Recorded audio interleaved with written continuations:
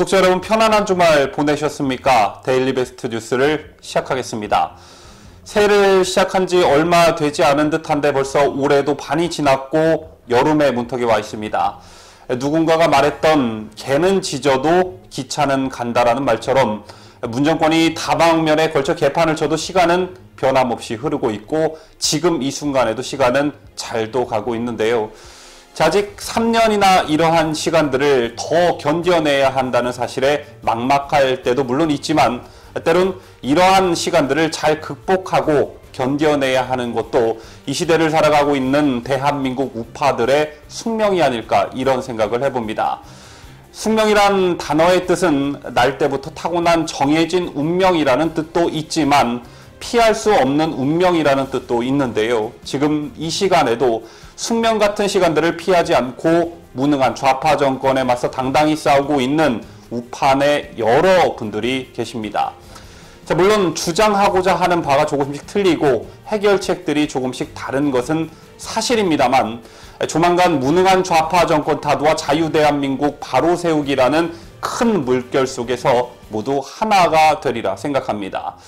그런 의미에서 저희 데일리 베스트가 과연 어떤 역할을 하고 있는지 무능한 좌파 정권 타도를 위해 또는 무너진 자유대한민국의 가치를 지키기 위해 과연 바람직한 역할을 하고 있는지 고민해 들 때가 참 많이 있습니다. 20만이 넘는 구독자님들 중에는 특정 정치인의 이름을 거명하지는 않겠습니다만 지지하는 정치인들이 저마다 다 다르고 또한 시국을 타파하기 위한 해결책들도 저마다 다른 것이 사실입니다. 그런 구독자님들의 뜻을 전부 아우른다는 것 자체가 불가능하겠지만 또 그런 구독자님들의 뜻을 전부 데일리 베스트에 반영한다는 것 자체가 욕심이겠지만요. 이런 서로 다름을 하나로 묶을 수 있는 유일한 방책은 특정 정치인도 아니고 임시 방편적인 어떤 타개책들도 아니라고 생각합니다. 오로지 이런 분열을 막을 수 있는 것은 우리가 가진 자유우파의 이념이라고 생각을 하는데요. 너무도 당연한 자유우파적 이념들이 좌파들과 편향된 언론의 프레임에 갇혀서 지금은 무슨 말만 하면 극우 취급을 받고 이른바 막말 취급을 받고 있습니다만 이것을 잘 극복하지 못하면 앞으로도 영원히 이 땅에서 자유우파의 이념이 설 자리가 없어질지도 모르는 일입니다. 지금 문정권 하는 짓거리를 봐서는요, 진짜 이러다가 큰일 날 듯한데요. 그래서 지금은 그 어느 때보다 우리가 가진 자유우파 이념을 설파하고 확장해 나가야 할 때라고 보는데요. 데일리 베스트는 바로 이 점에 초점을 맞추고 있습니다. 혹자는 데일리 베스트가 너무 진영 논리에 갇혀 있는 것 아니냐, 그래서 확장성이 없는 것 아니냐는 우려를 해주시는 분들도 많은 것이 사실이지만 이미 대한민국은 이념 전쟁 중입니다. 예전에는 북한과 이념 전쟁을 했다고 한다면 문정권 이후에는 북한에 더해 남한 내 활개치는 좌파 사회주의적 이념이 더해졌다고 생각하는데요.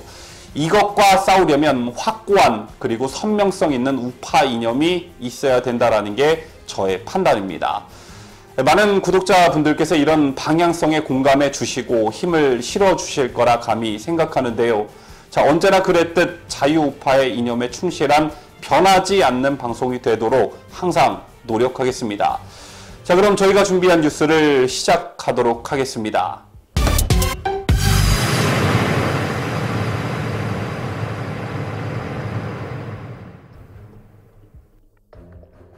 지난 한 주 뉴스를 뜨겁게 달구었던 것 중 하나가 바로 김제동에 대한 고액 강연료 논란이었습니다. 결국 대전 대덕구와 김제동 측이 강연 취소 방침을 정하기는 했지만 논란은 쉽게 가라앉지 않고 있는데요. 이 와중에 이른바 김제동 고액 강연료 논란을 부른 대덕구청장의 이력이 새롭게 주목받고 있다는 소식입니다. 김제동 초청 강의를 강행하겠다던 박정현 대전 대덕구청장이 좌파 성향 단체에서 활동했던 이력이 드러난 것인데 이로 인해 같은 식구 챙기기가 아니냐 또는 이게 바로 화이트 리스트가 아니고 무엇이냐라는 비판 여론이 고조되고 있습니다. 일반적인 상식을 가지고 있는 국민이라면 비상식적으로 높게 형성된 김제동 강연료 자체도 큰 문제라고 생각하시겠지만 재정 자립도가 낮아 재정이 어려운 지자체에서 납득할 수 없는 고액의 혈세를 들여 편파적 행사를 유치하는 지자체에 대한 비판 여론이 고조되고 있는데요. 대전대덕구를 이끌고 있는 박정현 구청장의 이력을 보면 여러분께서도 왜 그랬구나, 그럼 그렇지라고 고개가 끄덕끄덕거리게 될 것이라 생각합니다. 자, 우선 박 구청장의 주요 이력을 살펴보도록 하겠습니다. 박 구청장은 24년 동안 전국 녹색연합 협동사무처장, 금강 운하백지화 국민행동 상임운영위원장, 대청호 운동본부 집행위원장을 맡으며 활동했는데요. 특히 소위 환경운동을 하면서 범야권 모두 힘을 합쳐 MB 정권을 심판해야 한다는 등의 목표를 걸고 이명박 정부의 4대강 사업을 극렬 반대하기도 한 인물입니다. 자, 2010년에는 정치권에 입문을 했고 민주당 소속 시의원 비례대표가 됐는데요. 그의 민주당 입당식에는 충남 지역의 좌파 성향 인사들이 총출동하기도 했습니다. 자, 이 유대 관계는 차후 시의원 선거까지 이어져서 2015년 1월에는 대전 참여자치 시민연대라는 단체에서 올해의 정치인상까지 받았는데요. 그렇다면 박 구청장과 김제동 간의 상관관계는 무엇일까 좀 들여다보기로 하겠습니다. 박 구청장은 지난해 11월, 김제동이 지난해 9월에 출판한 당신이 허락한다면 나는 이 말 하고 싶어요를 내 인생의 책으로 꼽았는데, 자, 이 책은 법조 관련 전문성이 전무한 김제동이 성주 사드 반대 집회에 참석한 일화를 소개하며 헌법 조문과 헌법 가치를 자의적으로 해석한 내용을 담고 있는 책입니다. 박 구청장은 이 책이 발간되자 김제동의 이 책을 한껏 띄우는데 일조했는데, 그는 나를 비롯해 행정이나 정치를 하는 분들이 이 제목에서 깊은 성찰을 얻길 바란다고 극찬했었습니다. 자, 그러니까 실제적으로 김제동과 박 구청장과 김제동 간의 어떤 실체적인 커넥션은 확인되지는 않았지만, 최소한 박 구청장이 김제동에 관심을 가지고 있었고 김제동의 정치적 주장이나 생각에 동조했었다는 게 실체적으로 증명된 셈입니다. 자, 그러니까 박 구청장이 자기의 위치에서 김제동에게 뭔가 이득을 가져다 주고 싶었을 거라는 추론이 가능해지는데요. 자, 그러니까 정치적인 요소보다 지역 살림을 총괄하는 행정에 사력을 다해야 할 구청장이 일종의 정치 노름을 하고 자빠지고 있다는 비판을 받고 있는 것입니다. 자, 왜 자신을 비롯한 행정이나 정치를 하는 분들이 김제동의 책 제목에서 깊은 성찰을 느껴야 하는지 박 구청장의 말에 대덕구민들이 질문을 던져야 하지 않나라는 생각이 들었는데요. 자, 물론 제가 걱정할 바는 아니지만 요즘엔 하도 직권남용죄와 강요죄로 잘들 잡혀 들어가니까요. 처신 잘 하시기를 바라겠습니다.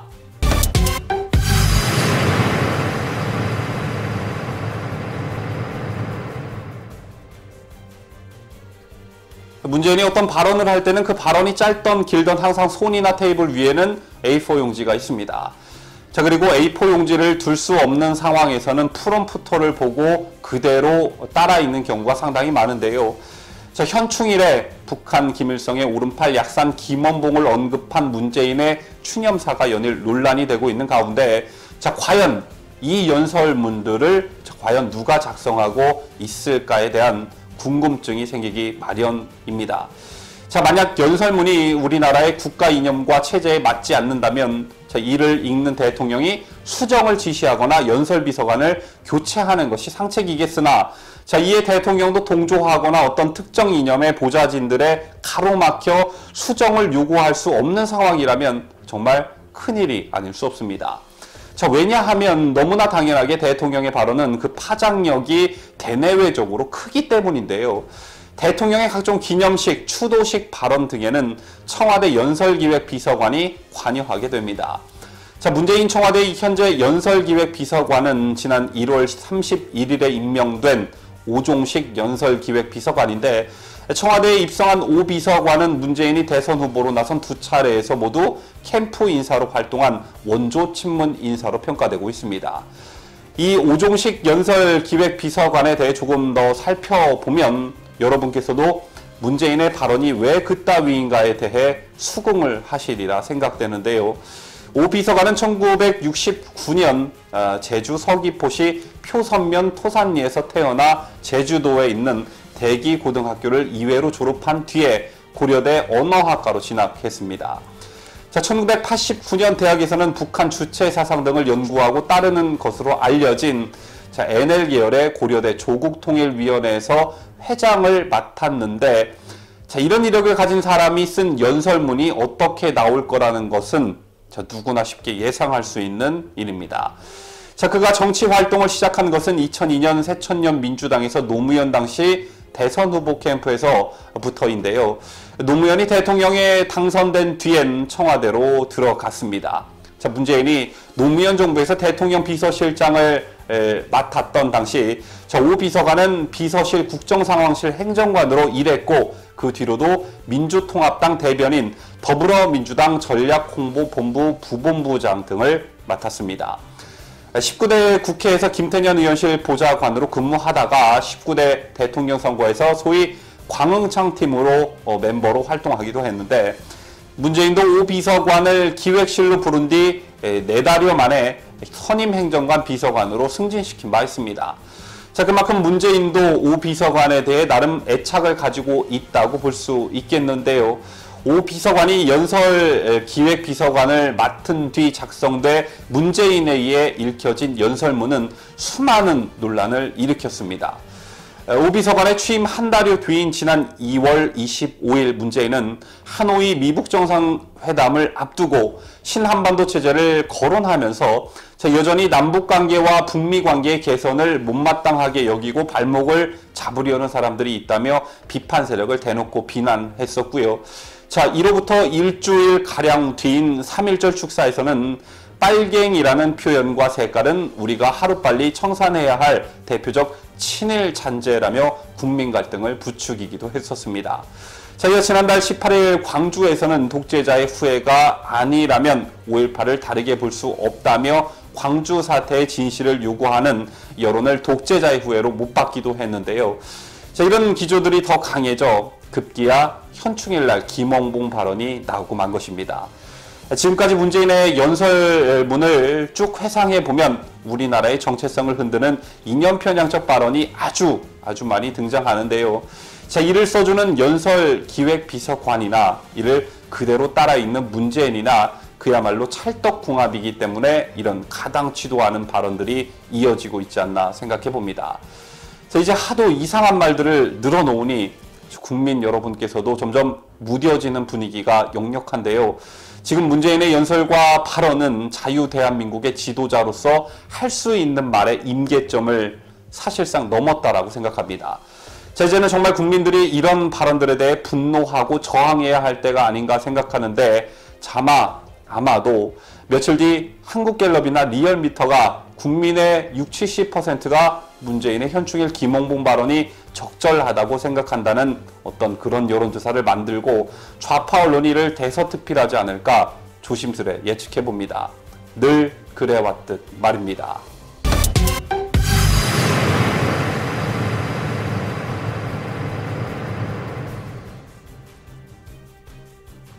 지난 1월 서울 광화문 광장에서 김정은의 서울 답방을 촉구하는 집회를 연 단체가 있었는데, 너무 충격적인 장면이라 여러분들도 생생히 기억하고 계실 거라 생각합니다.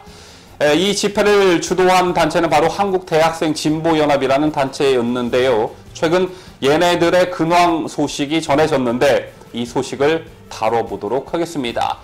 자, 얘네들은 일회성 집회에만 그치지 않고 김정은 국무위원장 연구 모임이라는 단체를 결성했는데, 자, 이들이 지난 8일 서울 명동 향림교회에서 연구 결과 발표대회를 진행했었다고 합니다.